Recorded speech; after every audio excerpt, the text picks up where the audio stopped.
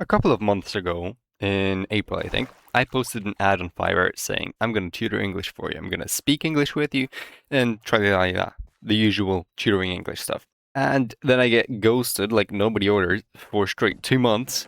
And 2 months later, in the middle of exams, I forgot to take down the ad. So I get an email saying, you have some unread messages. So of course, I check it out. And basically, let's call this person A. Person A is messaging me and telling me, yo, we've got an ad for tutoring English, and I'd like some help because I've got a speech blocking thing. Now, I straight away tell her, I advertised speaking English. I didn't advertise as a therapist. This isn't within my profession. I don't have any experience with this. You're better off contacting a therapist or, I don't know, somebody else, somebody more experienced. Basically, straight on telling her, don't continue the order. I can't help you. But anyway, about 2 days go by, no messages, and then another message pops up. Oh, you're helping with grammar, you're helping with like reading. Yeah, sure, let's do this. And I'm like, okay, sure, I can do that. So she has an order. It's for 4 lessons, which is a bit weird. It's kind of a long time. Usually order 1 lesson as a taster. But these 4 lessons would be something else. Welcome to the first lesson arc. Can you believe it? It took me like a whole 15 minutes to find that sound effect. Where did you find the sound effect? How is it called? I don't know. I found it in a video called 20 free sound effects or something. Anyway, it's the start of lesson 1. So we get in a Zoom call, and the first thing she says when she hears my voice is, oh, I thought you were a woman. Okay. I mean, like, I know I've got slightly long hair, and, when I shave, I look okay, but like, what? How? Anyway, so we first start with some speaking exercises. She works on her pronunciation, and quickly realize there's absolutely no problem with her pronunciation. Her English is pretty much perfect. And then she explains the problem to me. Like, when she hears some long questions, she blanks out and she can't answer it, which is pretty much part of the definition of speech blocking. I specifically said, I'm not a therapist. I can't help you with this. But she's already ordered 4 lessons, and I can't cancel it because it'll be bad in the reviews. So now I'm stuck, and I need to help her somehow. So my first thought, okay, well, practice makes perfect, so let's practice questions. And I start asking her some basic, first time meeting questions, like talk about your hometown, describe your hobbies, books, work, coaching, etc., etc. And the first thing I realize is she uses a lot of the word like, and I mean like a lot, like just how I did. Every third word is like. So first off, I'm just fighting a boss battle against the word like. It's not a tutoring lesson, it's just a boss battle. So anyway, by the end of the first lesson, we've assessed the problem to be she blanks out long questions, and the whole thing is just chaos.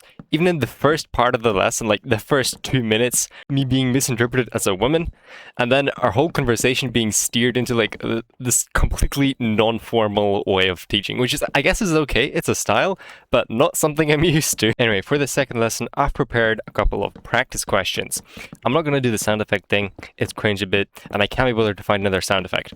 So here we are. I'm asking quite a few questions, and one thing I really quickly realized is she likes to over-explain absolutely everything. She keeps adding layers, justifying her answer, going deeper than needed, like complete essay-level answers for the simplest of questions. One example, I asked her, what's your favorite dish and how do you cook it? I mean, I was expecting, oh, I like pasta and bolognese and a 5-minute. No, we were there for 10 minutes because I asked her to explain her favorite meal as a warm-up, and suddenly I'm getting a full Jordanian food production pipeline, like pressure cooker mechanics, mystery white foam when cooking meat, Arabic cooking terms, dry yogurt rocks or something, like meat broth engineering, and the best thing is that dish actually sounded absolutely amazing. Like, I have a pressure cooker downstairs. I haven't used it ever. I've had it for half a year. So I'm probably gonna do it sometime because now it just sounds like something I have to cook. It sounds delicious. But anyway, we're trying to get past the problem of overextending every answer. It's meant to be 2 minutes, not 20.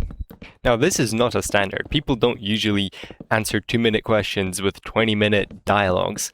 But this repeats because, I'm asking her, what if the internet stopped working for a month? What would you do? And instead of, a 2-minute brief answer, I'm getting a full 15 minutes of 12-day retreats, shutting off devices, journaling emotions, anger relief, inner world, etc., etc. The full therapist level of what a therapist would be saying. Anyway, by the end of the lesson, thankfully, we've managed to condense her answers into manageable, 3 3-minute or 2-minute segments by like chucking it up, slicing up the question, and making sure to answer only certain points of it, something like that. But then, like, I ask her, why? Where do you get this habit from for answering really long questions? And she shows me the doc of some of the interview questions she had. And oh my god, the questions were long. Like, I feel half a paragraph long. There were, like, some questions with 7 different points in them. Like, yeah, sure, look, you're blanking out.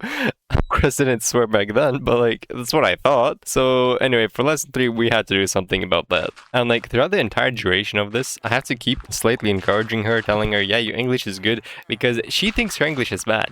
When I tell you, I understand her better than some of the English native speaking, this person speaks good English, but she's somehow under the delusion that her English is horrible and she can't answer anything. Her English was good, so like it's a complete encouragement, raising self-confidence and so on. I'm serving and doubling as a therapist here. Anyway, I'm gonna condense lesson 3 and lesson 4 into one because I'm running critically low on footage. So by lesson 3, all the standard ways of tutoring or anything is just out the window because this is not a standard thing. I can't find any resources on the internet for it. I can't find anything on YouTube for it. I'm lost. I'm on my own. So I just decided to think of it as a maths problem. Like, it's a long question. How do you solve a long maths question? You just break it down.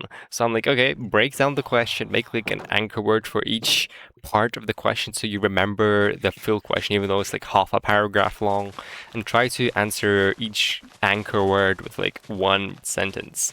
It was like building a boss fight strategy guide against these interviewers because I wanted to strangle them. Those are some complex half or full paragraph long questions. How do you come up with them? And expect somebody who's new to being interviewed to answer them within like 30 seconds.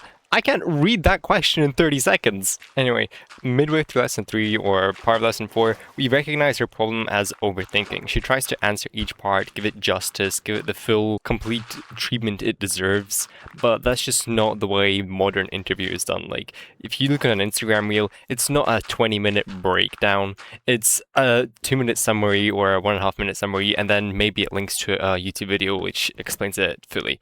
We'd had to dedicate like half a lesson of just breaking down the mental wall of her wanting to give it complete justice, because if she wants it to be on Instagram, well, she gotta accept that some answers can't be fully answered within 2 minutes. My main job stopped being like help her answer and became stop her from turning every answer into a TED talk or an essay. By the way, it isn't inherently bad to do that. It's just not very good when you're trying to target YouTube Shorts or Instagram Reels or TikToks, because nobody's going to sit there and listen to you for 5 minutes when you talk quite slowly. You have to talk fast and you have to have short answers. Like, the attention span is completely cooked. But thankfully, by the end of the 4th lesson, everything's cool, everything's good. She's finally answering long questions. Like, she couldn't even answer a 3-part question in the first couple of lessons. 4th lesson, she's answering them completely fine, which is, I guess, quite good, but it's just sort of funny.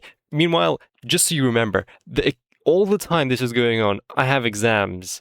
During the duration of these 4 lessons, I had 2 exams. I'm studying on physics and statistics, and meanwhile, I'm coaching somebody on how to answer long questions. That's the hilarious part. But, it's just like a funny tutoring sort of session, which I thought I would talk about, because, the first 30 seconds and mistakes to be a woman, like, immediately from pronunciation help, it goes to, like, identity crisis, anxiety coaching. I don't know. Subscribe.